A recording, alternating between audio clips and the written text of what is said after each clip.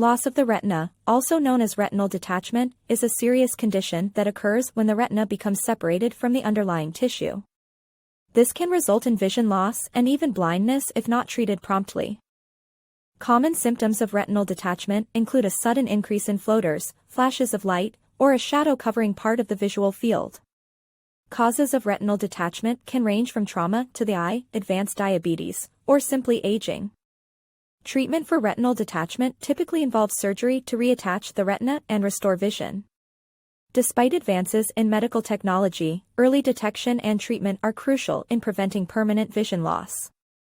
If you experience any symptoms of retinal detachment, it is important to seek immediate medical attention to prevent further damage to the eye.